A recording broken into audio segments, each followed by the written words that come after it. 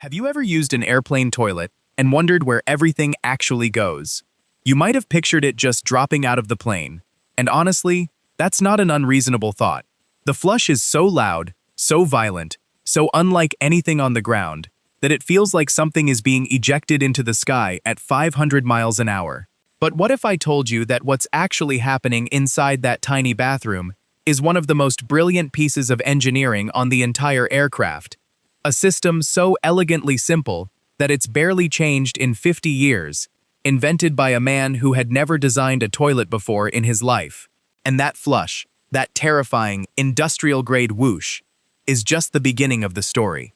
Because after you hear that sound, your contribution to the system begins a journey through vacuum chambers, past Teflon-coated surfaces, into holding tanks buried in the belly of the plane, and eventually into a truck that airport workers call the honeywagon.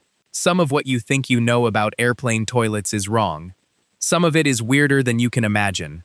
And by the end of this video, you are never going to hear that flush the same way again. Let's get into it. Here's the part most people never think about. For decades, there's been this persistent belief that airplane toilets just dump waste into the sky. You've probably heard the stories. A block of blue ice crashing through someone's roof. A frozen chunk of toilet waste falling from 35,000 feet. And here's the thing. Those stories are real. Blue ice has fallen from the sky. Homes have been damaged. In 2016, a block of what was believed to be frozen aviation waste crashed through the roof of a home in India. In 2018, a similar incident in Canada. So the question isn't whether it happens. The question is, what is it actually made of? And where does it come from? The blue ice that occasionally falls from aircraft is not, and I want to be very clear about this, not frozen human waste ejected from a toilet mid-flight. Modern commercial aircraft do not, and never have, dumped toilet waste overboard during flight. The system is completely sealed from the moment you flush to the moment a ground crew connects a hose to the aircraft on the tarmac. What people call blue ice is actually a different problem entirely. It's leakage from the aircraft's potable water and waste systems, specifically the chemical disinfectant used in the older recirculating toilet systems. That blue color? It comes from a chemical called SkyChem, a deodorizing and disinfecting fluid that was used in the older generation toilets. When a valve seal on the exterior service panel doesn't close completely, a small amount of this chemical-laced water can leak out, freeze at altitude, and build up as a block of blue ice on the exterior of the aircraft. As the plane descends into warmer air, that ice breaks off and falls. So let me be direct. No, airplanes do not dump toilet waste in flight. The blue ice is real, but it's a chemical leak from the outside of the plane, not the contents of the toilet being ejected overboard. And that distinction matters because it leads directly to the question that actually deserves our attention. If the system is sealed, where does everything go? And how does a toilet on a plane work without using gallons of water the way your toilet at home does? To understand airplane toilets, you have to understand the problem they solve. On the ground, a toilet uses gravity and water. You flush. Water rushes from the tank into the bowl. Gravity pulls everything through a trap and into the sewer line. Simple. But put that same toilet on an airplane, and you have an immediate crisis. First, water is heavy, unbelievably heavy. A gallon of water weighs about 8 pounds. A typical long-haul flight carries 300 passengers. If each flush used even a single gallon, you'd need to carry thousands of pounds of water just for the toilets. That's weight the aircraft can't afford. It burns fuel, reduces range, raises costs. Second, gravity doesn't work the same way on a plane. The aircraft pitches, banks, climbs, descends. A water-filled bowl would slosh. A gravity-fed drain would back up. And third, you cannot have an open pipe from a pressurized cabin at 35,000 feet to the outside atmosphere, or you'd have a catastrophic decompression. So the problem is clear. Design a toilet that weighs almost nothing, uses almost no water, works in any aircraft orientation, and keeps the cabin fully sealed. Enter James Kemper. In the early 1970s, Kemper was not a toilet engineer. He was an entrepreneur and inventor, who had previously worked on vacuum systems for industrial applications. In 1975, he was granted U.S. Patent 3,922,730 for what he called a recirculating toilet system for aircraft. But the design that would actually change aviation, the vacuum toilet, came shortly after. Kemper's insight was deceptively simple. Instead of pushing waste down with water and gravity, pull it out with air pressure. At cruising altitude, the air inside an aircraft cabin is pressurized to roughly the equivalent of 8,000 feet above sea level, about 11 pounds per square inch. The air outside the plane at 35,000 feet is around 3.5 pounds per square inch. That's a pressure difference of roughly 7.5 psi. It doesn't sound like much, but when you open a valve connecting the toilet bowl to a holding tank that's vented to the outside atmosphere, that pressure difference becomes a force that accelerates air and everything in it to nearly half the speed of sound. We'll get into the physics in a moment, but the key point is this. James Kemper realized that the airplane itself provides the power for the flush. No pump needed, no heavy water tank needed, just a valve, a lightweight bowl, and the pressure that already exists as a byproduct of keeping passengers alive at altitude. Here's the reality. Kemper's vacuum toilet changed commercial aviation almost as much as the jet engine did. Before vacuum toilets, long-haul flights carried chemical recirculating toilets, essentially a tank of blue disinfectant that got increasingly unpleasant as the flight wore on. The smell was legendary, the weight was punishing, and at the end of every flight, ground crews had to drain and refill the entire chemical system.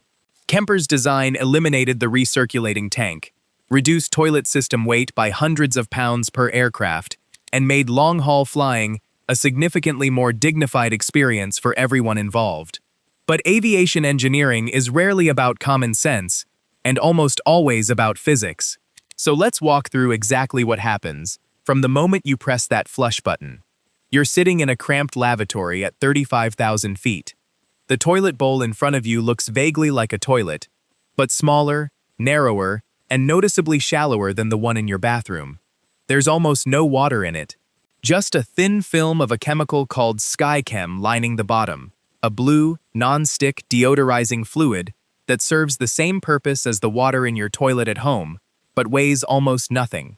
The bowl itself is coated with Teflon, the same non-stick material on your frying pan, and it's shaped more like a funnel than a traditional toilet bowl. This is not for your comfort, although the design is surprisingly effective at keeping things clean. It's for efficiency. The narrow funnel shape channels everything toward a small opening at the bottom, roughly 2 inches across, sealed by a titanium valve. When you press the flush button, and this detail matters, you are not triggering a pump. You are opening that valve. For roughly 2 to 3 seconds, the valve at the bottom of the bowl opens, creating a direct pathway from the pressurized cabin to the unpressurized waste tank. The pressure differential, remember, about 7.5 psi, instantly accelerates air from the cabin through the bowl and into the tank.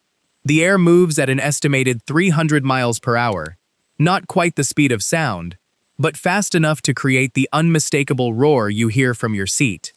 That sound, that terrifying whoosh, is not a pump. It's not a motor.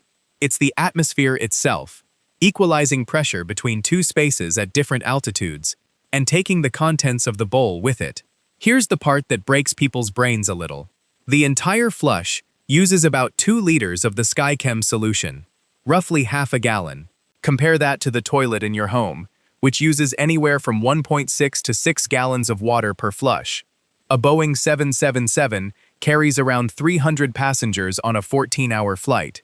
If every passenger uses the toilet twice during that flight, 600 flushes at half a gallon each, that's 300 gallons of fluid.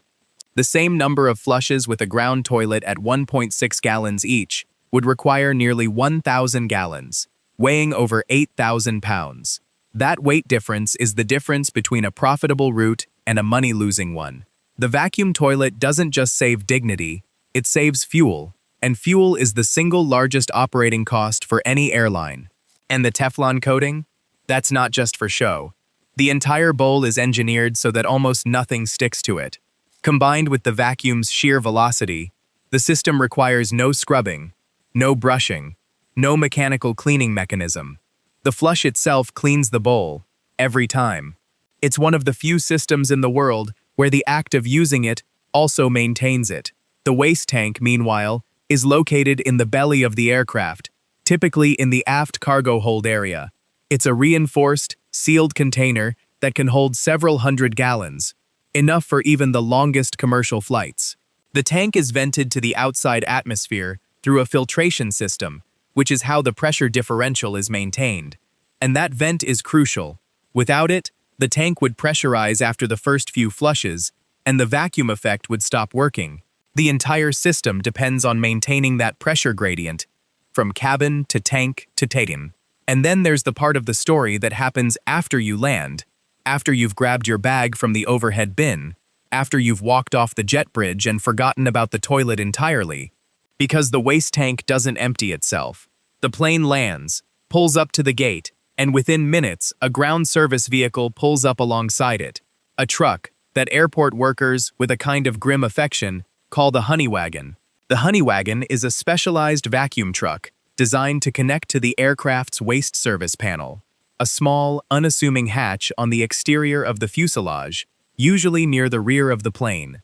The ground crew opens the panel, attaches a hose, and uses the truck's own vacuum system to extract everything that accumulated during the flight. It takes about 10 to 15 minutes for a wide-body aircraft. The truck then drives the waste to an airport processing facility, where it enters the same sewage treatment system as everything else at the airport. But here's where the system reveals its true genius. Remember how the toilet itself is cleaned by the flush? The waste tank is designed with the same philosophy. After the waste is extracted, the ground crew flushes the tank with a cleaning solution through the same service panel. No one has to climb inside. No one has to manually scrub anything. The entire sanitation system, from the Teflon bowl to the vacuum flush, to the sealed tank to the honeywagon extraction, is a closed loop designed to minimize human contact with waste at every single step. Think about the numbers for a moment. A major airport like Atlanta's Hartsfield-Jackson handles roughly 300,000 passengers a day. Conservatively, that means thousands of aircraft toilet flushes every 24 hours. Every single one of them is handled by this system. The vacuum flush aboard the aircraft, the honeywagon on the ground, the processing facility beyond the tarmac. It's an invisible infrastructure that operates so smoothly that most people never think about it at all. And that is, in a strange way, the highest compliment you can pay an engineering system. It works so well that you forget it exists. Here's the one that really lands. The same James Kemper vacuum technology that revolutionized aircraft toilets has since been adopted by trains, ships, and even some high-end residential buildings, anywhere that water is scarce or weight matters. Cruise ships use vacuum toilets. The International Space Station uses a derivative of the same principle, although in microgravity, the engineering gets considerably more complex. Kemper's insight wasn't just about toilets. It was about recognizing that pressure differential, a force that engineers usually try to contain or manage, could be harnessed as a power source. And that shift in thinking, from seeing pressure as a problem to seeing it as a tool, is what separates great engineering from merely competent engineering. So next time you're on a plane, standing in that tiny lavatory, bracing yourself before pressing the flush button, remember what's actually happening. The sound you're about to hear isn't a pump. It isn't a motor. It's the atmosphere itself, the same pressure differential that keeps you alive at 35,000 feet, being redirected for a split second to move the contents of a bowl into a sealed tank at nearly half the speed of sound. It's not magic. It's physics, elegantly deployed. Remember, James Kemper, a man who had never designed a toilet before, looked at the problem and realized the solution was already there, in the air around him. The blue ice myths are real, but misunderstood. They're chemical leaks, not mid-flight dumping. The Teflon bowl and the narrow funnel shape mean the flush cleans itself every time. The waste tank is sealed and vented, storing everything until a truck called the honeywagon connects to a small panel on the fuselage and extracts it all in about 10 minutes. And the entire system, from sky to ground, is a closed loop, that operates thousands of times a day at every major airport on Earth, without most people ever noticing. The airplane toilet isn't gross. It's a masterpiece of pressure physics, material science, and logistical design. It's one of the many hidden engineering systems that make modern air travel possible, and we walk right past it every time we fly. If you learned something today, hit that subscribe button. We put out new videos uncovering the hidden engineering behind aviation, and the next one is going to be even stranger. Drop a comment below with the one thing on a plane you've always wondered about but never thought to ask. What's the weirdest sound you've heard mid-flight? What's the button in the cockpit you've always been curious about? We read every comment, and we just might make it the next episode. Thanks for watching, and welcome aboard Eureka Aviation. See you in the next one.